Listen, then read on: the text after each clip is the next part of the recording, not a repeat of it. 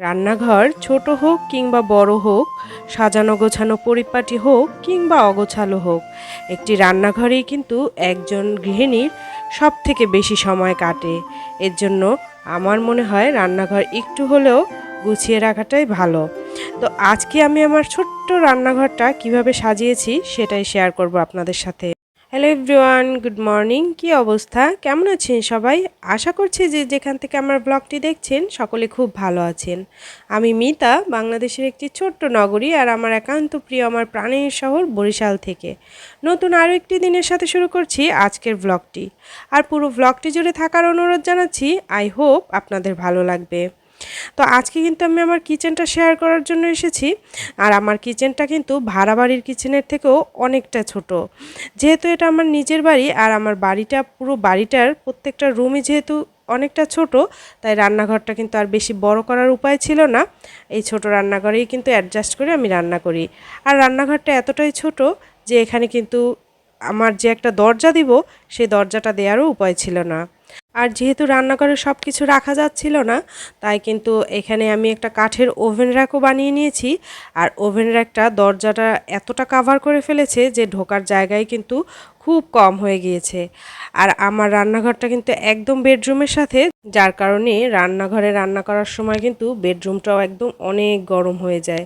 তো যেহেতু মধ্যবিত্ত ঘরের বউ আমি, অনেক বেশি স্বাদ থাকলেও সাধ্য নেই আমার।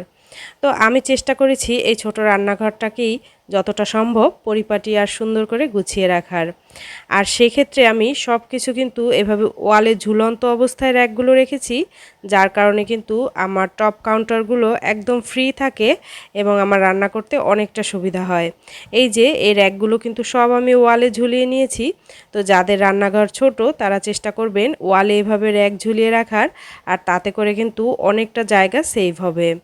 আর আমার কিন্তু এখানে কোনো মডিউলার কিচেন না, মানে মডিউলার কিচেনের মতো কোনো সিস্টেম যেহেতু নেই, তো সব কিছু কিন্তু এভাবেই তাক করে তার উপরেই রাখতে হয়েছে।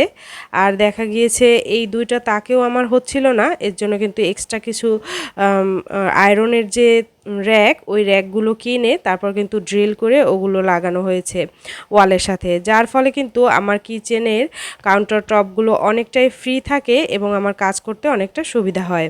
আর ঢোকার শুরুতেই কিন্তু এখানে আমি গ্যাস ওভেনটা রেখেছি। যেহেতু ওই পাশের কাউন্টার টপে যদি আমি গ্যাস ওভেনটা রাখি তাহলে কিন্তু সেটা জানালার সাথে হওয়ায় বাতাসে নিভে যাওয়ার সম্ভাবনা থাকবে, এতে করে কিন্তু রান্না করতে অনেকটাই অসুবিধা হবে। যার কারণে আমি কিন্তু এই পাশের যে কাউন্টার টপ সেইটাতে গ্যাসে ওভেন রেখেছি, আর তার পাশে একটা লবণের বয়ম রেখেছি, আর তার পাশে কিন্তু অয়েল জার। আর এই পাশটায় আমি আমার কিছু মগ রেখেছি, আর তার পাশে কিন্তু চা করার জন্য প্যানটাও রেখে দিয়েছি। আর তার পাশেই একটা ছোট্ট র্যাক, যেটা হচ্ছে আমার মশলা র্যাক আর কি। তো ওই মশলার র্যাকটাকে আমি কিছু গ্লাস জার দিয়ে সাজিয়েছি যাতে দেখতে একটু সুন্দর লাগে। আর তার পাশেই কিন্তু আমার ছোট্ট একটা সিঙ্ক, আর সিঙ্কের উপরে এভাবে বাসনকোসন রাখার জন্য একটি আলাদা র্যাক। আর এই পাশে আমি কিছু গাছ লাগিয়েছি, যেহেতু আমি গাছ অনেকটাই পছন্দ করি। আর তারপর কিন্তু এই পিলারটার কারণে কিন্তু আমার রান্নাঘরের অনেকটা জায়গা নষ্ট হয়েছে। তো আমি ভাবলাম পিলারটাকেও একটু কাজে লাগাই, এজন্য পিলারের এই পাশ দিয়েও কিন্তু একটা র্যাক লাগিয়ে নিয়েছি, যাতে করে র্যাকটা দেখতেও খারাপ না লাগে আর জায়গাও নষ্ট না করে। আর এই পাশে কিন্তু আমার রাইস কুকারের হোল্ডার, রাইস কুকারে যেহেতু আমি প্রতিদিনই ভাত রান্না করি, এর জন্য কিন্তু রাইস কুকারটা এই পাশে রেখে দিয়েছি। তবে রান্না করার সময় কিন্তু আমি এটা কাউন্টার টপের উপর উঠিয়ে নেই। আর এই যে নিচের দিকেও কিন্তু ছোট তাক করা আছে কিছু সবসময় ব্যবহারের বাসনকোসন রাখার জন্য, যেহেতু ওগুলো আমি কাঠের র্যাকে রাখি না, যেহেতু এগুলো সবসময় ব্যবহার হয়, আর মাঝে মাঝে যেগুলো ব্যবহার হয় ওগুলো কাঠের র্যাকের মধ্যে রেখে দেই। তো এই তো এই পাশটা থেকে আমি আবার ঘুরিয়ে দেখাচ্ছি। আর ওই পাশটা একটু ফাঁকা রেখেছি, ওইখানে আমার ইচ্ছে আছে আরও একটি কাপ রাখার জন্য র্যাক রাখার। আর এই পাশেও কিন্তু আমি এই যে কাঠের র্যাকটা, এই র্যাকের পাশে কিন্তু ছোট ছোট ফাঁকা জায়গাটাও তাকের মতো করে নিয়েছি, যাতে করে ওখানেও মশলা জার রাখতে পারি। আর তার উপরে কিন্তু আমি এই যে চামচ, প্রতিদিন ব্যবহারের হাতা টাতা এগুলো রাখি। আর উপরের দিকটায় কিছু স্ক্রু লাগিয়ে নিয়েছি, যাতে করে কিছু প্যান, কিছু ছাঁকনি এগুলো আর কি টুকটাক ঝুলিয়ে রাখা যায়। আসলে রান্নাঘর ছোট হোক বা বড় হোক, একটা রান্নাঘরে কিন্তু অনেক বাসনকোসন বা অনেক প্রয়োজনীয় জিনিস থাকে, যা কিন্তু আসলে যতই আমরা কমানোর চেষ্টা করি কমানো যায় না।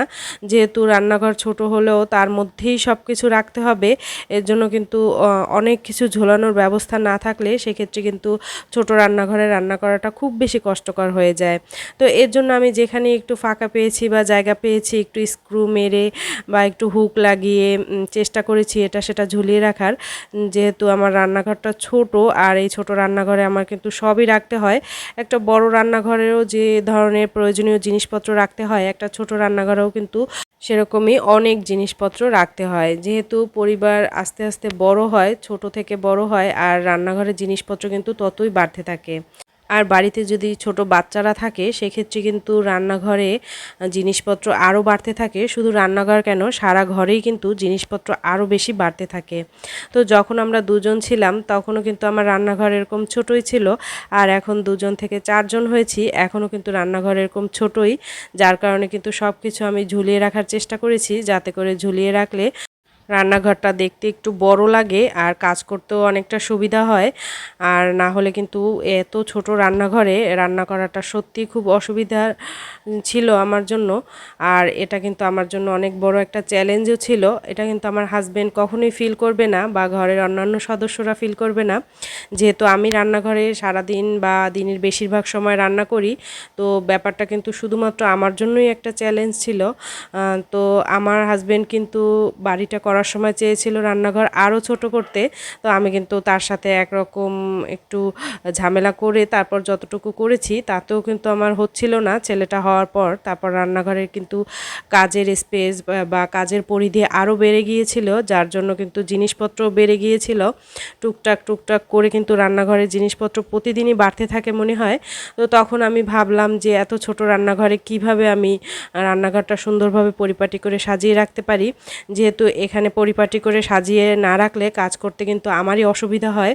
তো এই জন্য আমি কিন্তু এই ঝুলন্ত র্যাকগুলো রাখার ব্যবস্থা করেছি। যাদের রান্নাঘর খুব বেশি ছোট তারা চেষ্টা করবেন যতটা সম্ভব ঝুলন্ত র্যাক বা ঝুলন্ত স্ক্রু দিয়ে ড্রিল করে কোনোভাবে তারপর কিন্তু জিনিসপত্র রাখার। এতে করে কিন্তু রান্নাঘরও অনেক বড় লাগে আর কাজ করতেও অনেকটা সুবিধা হয়। তো এই দুটো র্যাক কেনার পর আমি বেশি সুবিধা পেয়েছি। আর র্যাকগুলো কিন্তু আমি প্লাস্টিকের বয়মগুলো রেখে এখন থেকে কিন্তু মানে যে কাচের বয়মগুলো বা কাচের জারগুলো সেগুলোতেই কিন্তু মশলা রাখার চেষ্টা করেছি। কারণ কাচের যে বয়মগুলো সেগুলোতে রাখলে কিন্তু সুন্দরও লাগে দেখতে, আর জিনিসটা স্বাস্থ্যসম্মত। আর যেহেতু মশলা অনেক দিন যাবত থাকে, তো ওগুলো কিন্তু একদমই প্লাস্টিকের পটে রাখা উচিত না। আমি কিন্তু আমার জীবনের শুরু থেকে মানে আমার সংসার জীবনের শুরু থেকে প্লাস্টিকের বয়মই রাখতাম, তবে এখন থেকে কিন্তু জিনিসটা আস্তে আস্তে পরিবর্তন করছি। তো আজকের ভিডিওটা এতটুকুই। আমি জানি না আমার রান্নাঘর কার কেমন লেগেছে, তবে এই রান্নাঘরে কিন্তু আমি কাজ করে অনেকটা স্বাচ্ছন্দ্য পাই। আর আসলে সত্যি বলতে রান্নাঘর বা ঘর যেমনই হোক, যার যার ঘর যার যার রান্নাঘর তার তার কাছে কিন্তু স্বর্গ। তো ঠিক তেমনই আমার ঘর, আমার রান্নাঘর যতই ছোট হোক আর যেমনই হোক, এটাই আমার কাছে স্বর্গ। তো আজকের ভিডিওটা এখানেই শেষ করছি। দেখা হচ্ছে নেক্সট কোনো ব্লগে। সেই পর্যন্ত সবাই ভালো থাকুন, সুস্থ থাকুন।